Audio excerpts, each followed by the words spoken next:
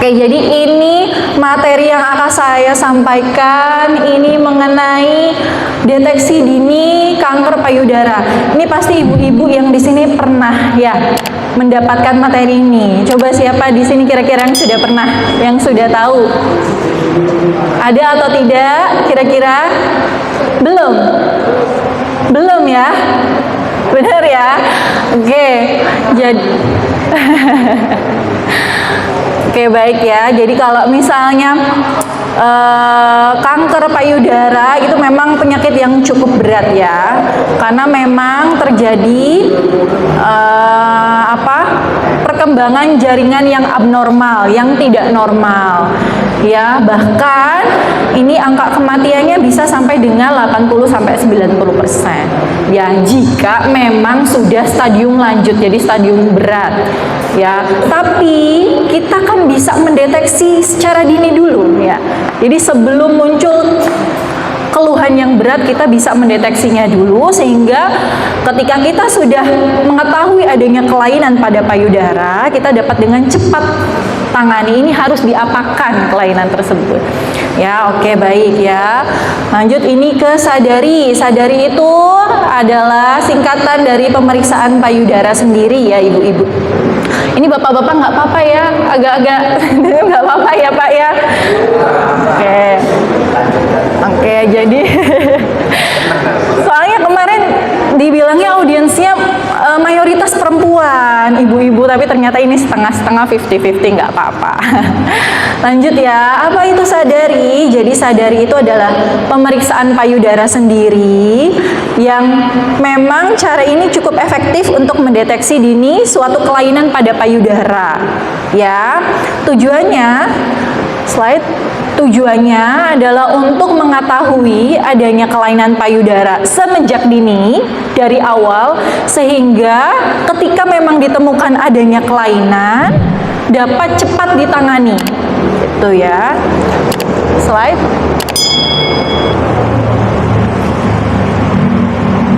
Oke. Jadi kapan sih dilakukan pemeriksaan sadari?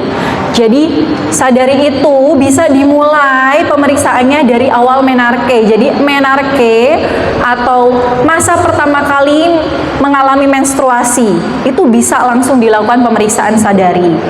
Rata-rata memang menarke itu di usia 12 tahun ya, rentangnya biasanya usia 10 sampai 15 tahun.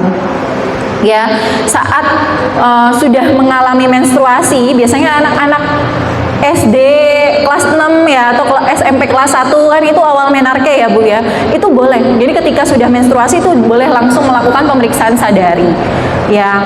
Memang direkomendasikannya itu biasanya pada usia 20 tahun, tapi awal menarke itu sudah boleh, sudah bisa dilakukan, karena ketika menarke otomatis sistem reproduksinya, mohon maaf bukan sistem reproduksinya, hormon reproduksinya itu sudah mulai bekerja.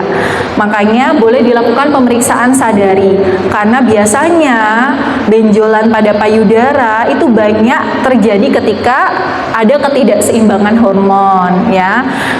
Sehingga kalau misalnya awal menarke itu kan hormon-hormon tuh udah mulai bekerja, itu boleh dilakukan pemeriksaan sadari. Terus yang kedua, itu dimulainya pemeriksaan sadari ya Bu ya. Tapi kapan dilakukan pemeriksaan sadarinya? Itu ketika perempuan atau wanita sedang masa haid ya, sedang masa menstruasi. Misalnya rata-rata menstruasi itu 1 sampai hari ke-7 ya rata-rata ya. Tapi ada yang prolong, biasanya sampai 1 sampai 10 hari. Nah, itu boleh dilakukan pemeriksaan di akhir masa menstruasi, biasanya di hari ke-5 sampai dengan hari ke-7. Ya, karena pada awal-awal biasanya kan pada awal menstruasi memang biasanya ada pembengkakan pada payudara, tapi itu juga normal. Jadi bukan hal yang tidak wajar, itu hal yang wajar. Tapi biasanya dilakukannya itu malah di akhir masa menstruasi, itu di hari ke-5 sampai dengan hari ke-7 menstruasi. Ya, dan juga kalau pada orang-orang yang sudah menopause, yang sudah tidak menstruasi, itu dilakukannya pada tanggal yang sama setiap bulannya. Misalnya pada usia-usia sudah di atas 60 tahun itu tetap dilakukan sadari ya, di tanggal yang sama setiap bulannya. Misalnya di awal bulan tanggal 5 melakukan sadari. Nah, bulan depannya sama, di tanggal 5 melakukan sadari. Beda dengan wanita yang masih reproduksinya jalan ya, yang masih haid, itu biasanya saat masa haidnya tadi ya. Baik, slide. Nah, ini bagaimana cara melakukan sadari. Jadi ini cara melakukan sadari itu cukup gampang sekali ibu-ibu ya. Jadi yang pertama melakukan sadari itu pertama ketika sedang mandi. Mohon maaf ya, ketika sedang mandi biasanya kulit menjadi licin Bu ya. Jadi terus perabaan menjadi lebih sensitif ya. Jadi ketika memang ada kelainan pada payudara itu bisa dengan jelas teraba ya, karena kulitnya licin ya. Terus yang kedua, ketika selesai mandi ya, kita coba teliti keadaan payudara kita di depan cermin ya. Di depan cermin kita teliti keadaan payudara kita ya, dengan 3 posisi yang berbeda. Yang pertama posisi tangan di bawah, yang kedua posisi tangan di atas, kedua tangan diletakkan di atas, yang ketiga dengan posisi kedua tangan disampirkan di pinggang ya. Apa yang harus kita lihat saat pemeriksaan sadari dari ketiga posisi tersebut? Yang harus kita lihat adalah perubahan bentuknya. Ada perubahan bentuk payudara atau tidak. Kita bandingkan payudara kita kanan dan kiri, sama atau tidak. Memang normalnya kanan kiri nggak sama, bener ya Bu? Iya, memang normal itu Bu, nggak sama. Tapi perbedaannya itu tidak jomplang sekali. Kalau yang jomplang sekali, nah itu baru ya. Biasanya memang payudara kanan kiri itu memang normalnya itu memang ukurannya berbeda. Itu hal yang wajar, hal yang normal ya.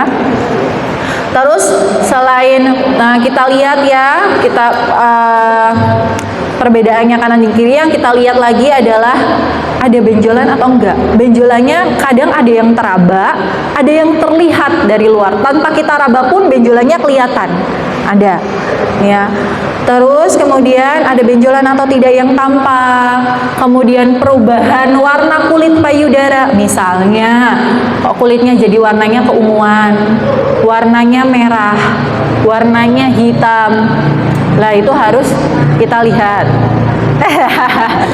Ya, itu puting payudaranya. Memang kalau misalnya puting payudara memang warnanya normalnya coklat sampai dengan merah muda ya Bu ya. Nah, kalau misalnya sudah melihat ada perubahan warna, kita lihat perubahan kulit payudara ya.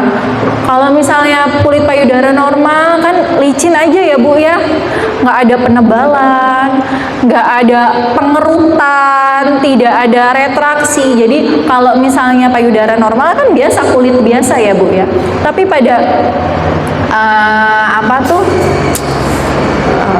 tumor-tumor ganas misalnya, itu biasanya ada perubahan struktur kulitnya. Jadi kulitnya menebal. Jadi kulitnya menebal itu seperti struktur kulit jeruk ya. Kemudian habis itu ada pengerutan, ada dimpling. Dimpling itu kayak cekungan, kayak mirip lesung pipi. Nah, itu ada di payudara. Ketika kita menemukan tersebut, misalnya ada cekungan ya, ada dimplingnya, itu kita juga perlu waspadai ya. Kemudian selain melihat tadi struktur kulitnya, yang kita lihat juga adalah putingnya ya Bu ya. Putingnya itu mengalami retraksi atau tidak. Jadi dia tertarik ke dalam atau tidak.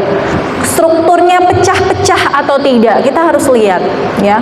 Terus yang kita lihat lagi adanya sekret atau cairan yang keluar dari puting payudara atau tidak ya. Kita harus lihat cairannya warnanya apa. Apakah itu nanah, apakah darah, apakah ASI ya. Air susu ibu kan beda strukturnya ya. Oke, kemudian itu ya yang perlu dilihat saat kita di depan cermin tadi. Terus yang ketiga, bagaimana cara penekanannya ketika pemeriksaan sadari. Jadi ada ini enggak? Kertas nggak ada ya. Jadi kalau pemeriksaan sadari itu harus seimbang pemeriksaannya ya Bu ya. Nggak kita periksa di satu payudara aja, nggak boleh. Jadi kita harus membandingkan kanan dan kiri. Ketika kita sudah memeriksa satu payudara, maka kita harus periksa payudara yang sebelahnya Ya, cara penekanannya adalah dengan menggunakan 3 jari, 3 ujung jari ya Bu ya. Jangan 2, jangan 1, jangan semuanya gini. Jadi 3, cukup 3 ujung jari. 3 ujung jari ya, kita tekan dengan lembut tapi tegas ya. Cara menekannya itu searah jarum jam, jadi memutar. Ya, jadi seperti ini. Misalnya ini payudara ya Bu ya, mohon maaf ya. Ini payudara, kita tekan dari bagian luar payudara. Jadi bukan dari putingnya, tapi bagian luar paling atas. Kemudian ini misalnya ya, ini bagian luar paling atas. Kita tekan dan kita putar searah jarum jam. Seperti ini. Searah jarum jam. Kemudian kita susuri dari bagian luar ke dalam ke arah puting. Turun ke bawah ke arah puting. Setelah sampai ke arah puting, kita geser bagian sampingnya. Begitu terus sampai ke arah puting juga, terus seperti itu. Jadi ketika lapang payudara sudah kita tekan semua, kita observasi ada benjolan atau tidak, maka yang terakhir yang kita tekan adalah bagian putingnya. Ya, kita pijat putingnya. Ya, kemudian kita lihat, kita observasi kira-kira ada sekret atau cairan tidak keluar dari puting payudara. Begitu. Kalau misalnya memang sudah dilakukan penekanan ya, kita ulangi di payudara yang sebelahnya. Ada yang mau ditanyakan dulu nggak? Nggak apa-apa ini, sambil jalan materi, sambil ibu-ibu bertanya boleh. Ya, tapi kalau misalnya nggak ada pertanyaan nanti saya lanjut. Nggak banyak saya menyampaikan materinya Bu. Bis ini juga selesai. Ya, itu ya Bu ya. Yang terakhir itu tadi ya, kita tekan putingnya, kita lihat sekretnya ya. Slide. Oke ya. Tahan bapak-bapak, nggak apa-apa ya. Jangan berpikir yang kemana-mana ya. Ini ya Pak ya Bu, jadi kalau misalnya payudara memang yang perlu kita perhatikan tadi yang sudah saya sampaikan semuanya. Jadi apa yang perlu kita perhatikan saat kita melakukan pemeriksaan di cermin ya, yang perlu kita perhatikan tadi ada benjolan atau tidak ya Bu ya. Karena ada benjolan yang teraba dan ada yang terlihat, walaupun kita tidak raba, itu bisa ada tampak yang terlihat ya. Kemudian yang perlu kita perhatikan tadi perubahan struktur payudaranya, ada dimpling itu cekungan Bu, kayak lesung pipi, ada penebalan yang seperti kulit jeruk atau tidak ya, ada pengerutan atau tidak ya. Kemudian perubahan warnanya, biasanya memang kalau misalnya pada payudara yang dia terkena infeksi, ada infeksinya, biasanya payudaranya itu warnanya merah sekali ya. Kalau misalnya memang ada jaringan yang ternyata memang ada yang mati, biasanya berubah menjadi warna hitam. Nah, itu karena biasanya ada jaringan atau kelenjar yang mati di dalam. Ya, itu perubahan warna. Kemudian yang perlu dilihat lagi adalah putingnya. Tadi ada retraksi atau enggak? Ada apa tuh namanya? Retraksi, tertarik ke dalam atau tidak, terus bagian putingnya itu tergores-gores atau tidak ya, itu harus kita lihat. Kemudian sekret yang keluar dari payudara, dari putingnya kita juga harus lihat. Dan yang terakhir itu kita bandingkan payudara kanan dan kiri, ada perbedaan atau tidak ya. Oke. Ini ya Bu ya, ini yang namanya retraksi atau sebelumnya dulu Pak. Yang namanya retraksi itu ya, yang di gambar nomor 1 itu memang putingnya mendelep ke dalam ya. Biasanya pada pasien, bukan pasien, biasa pada ibu-ibu menyusui, awal menyusui ya, yang memang baru pertama kali punya anak, biasanya ada yang namanya retraksi nipple. Itu aman sebenarnya ketika cuma ada retraksi tapi tidak ada perubahan pada payudara yang lain.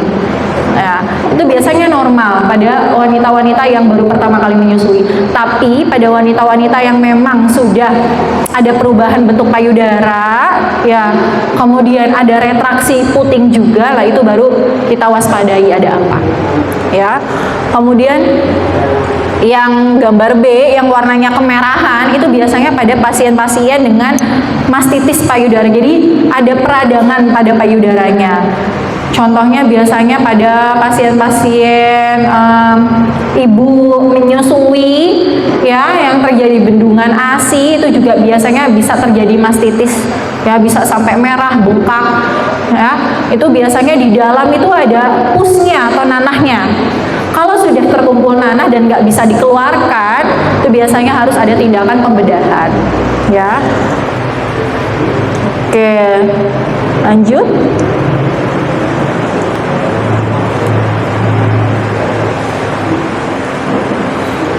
Nah, jadi mengapa sih kita harus melakukan pemeriksaan ini? Ya itu tadi Bu, biar kita bisa tahu dengan cepat dari awal. Jadi nggak terlambat ibaratnya.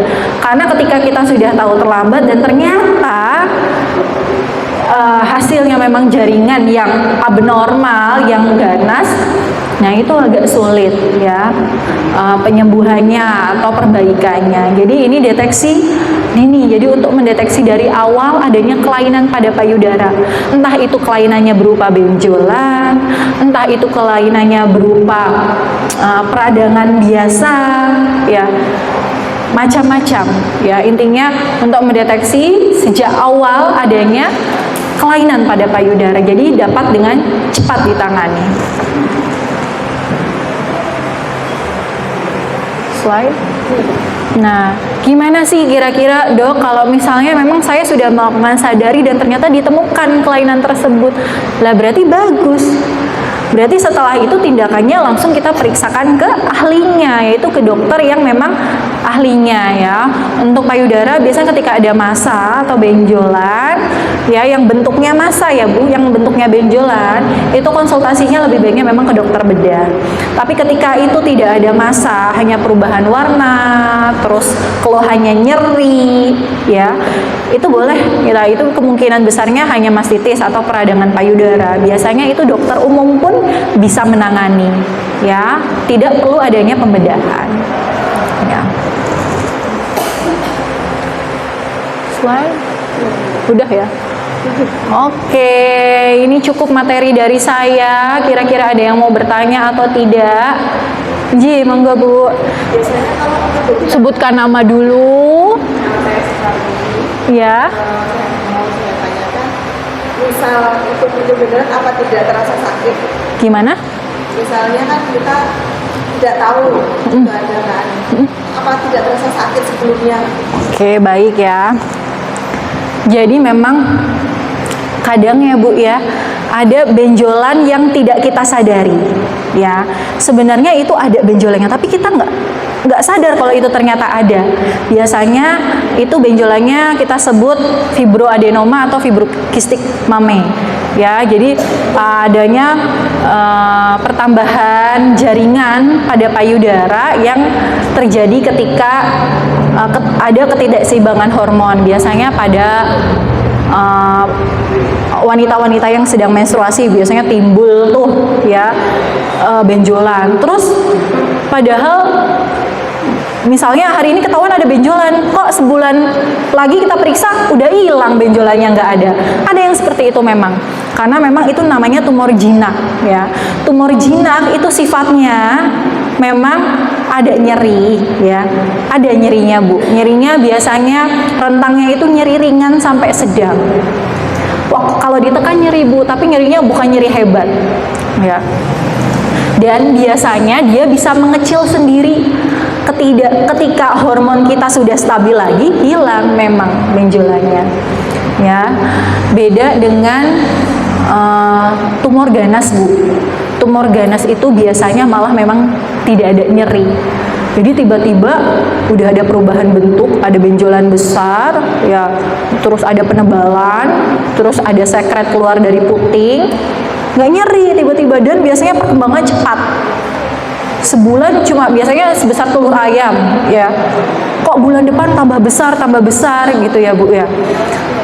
Ya biasanya tumor ganas itu ada nyeri ketika sudah ada penyebaran ke organ di sekitarnya. Misalnya ketika ada benjolan di payudara, tapi timbul lagi tuh benjolan di ketiak. Biasanya ketika sudah ada penyebaran baru muncul nyerinya Bu. Kalau misalnya masih di organ payudaranya dan belum terlalu besar, biasanya nggak nyeri malah.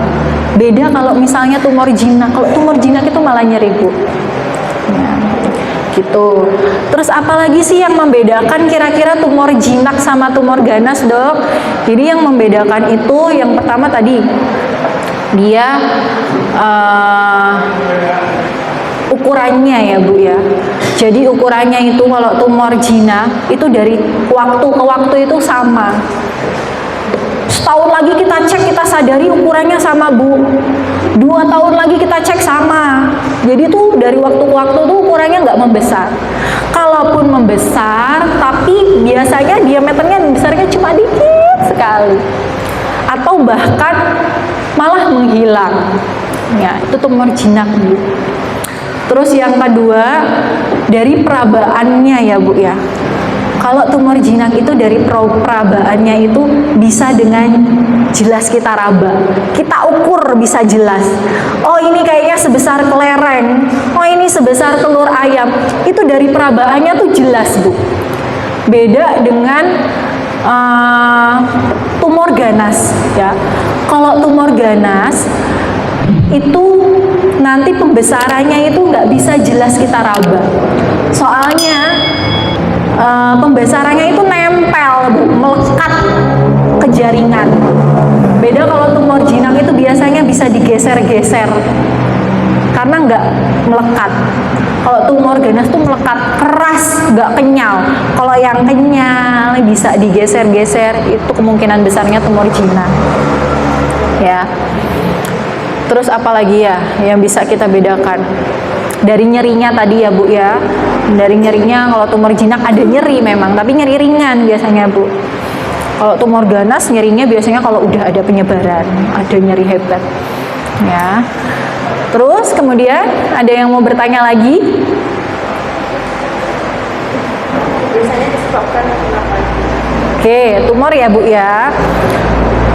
Jadi kalau misalnya tumor itu ya walau alam banyak sekali faktornya ya, Bu ya. Jadi memang ada faktor risiko.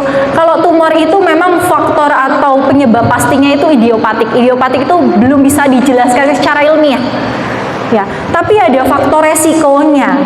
Faktor resiko yang bisa menstimulasi, yang bisa menyebabkan timbulnya tumor pada payudara.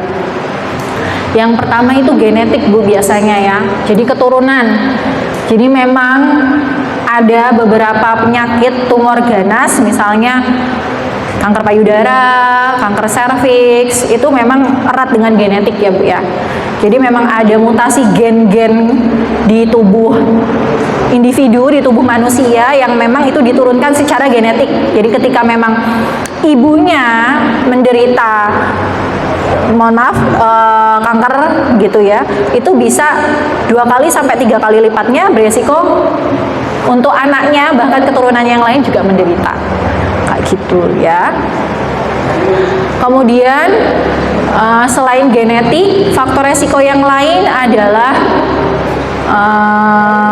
hormon ya, Bu ya, ketidakseimbangan hormon. Misalnya pada usia-usia pubertas ya kan belum stabil tuh ya, anak-anak remaja itu belum stabil, atau pada pas usia-usia menjelang menopause ya itu juga hormon-hormonnya tidak stabil, atau pada pas usia-usia yang reproduktif, misalnya ibu-ibu usia 30-40 tahun biasanya pencetusnya malah penggunaan pil KB ya. Penggunaan pil KB juga itu bisa jadi faktor resiko timbulnya benjolan atau masa pada payudara.